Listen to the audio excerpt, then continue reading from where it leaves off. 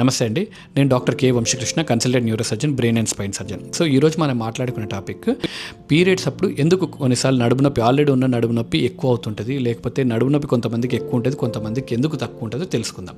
So periods అప్పుడు గర్భసంచిలో prostaglandin అనే hormone produce అవుతుంటుంది. ఈ ప్రోస్టాగ్లాండిన్ అనే హార్మోన్స్ యూట్రస్ లేయర్ని షెడ్ అవ్వడానికి యూస్ఫుల్ అయ్యే హార్మోన్. ఈ ప్రోస్టాగ్లాండిన్ హార్మోన్ వల్లనే యూట్రస్ కాంట్రాక్షన్ డెవలప్ అయ్యి యూట్రస్ లేయర్ని షెడ్ అవుతూ ఉంటుంది. సో ఈ ప్రోస్టాగ్లాండిన్ హార్మోన్స్ ఎంత ఎక్కువగా ఉంటే నొప్పి అంతగా ఎక్కువగా ఉంటుంది. సో అందుకే కొంతమంది అమ్మాయిల్లో నడుము నొప్పి బాగా ఎక్కువ ఎందుకు ఉంటుంది పీరియడ్స్ టైంలో అంటే ఈ ప్రోస్టాగ్లాండిన్ హార్మోన్స్ వల్ల.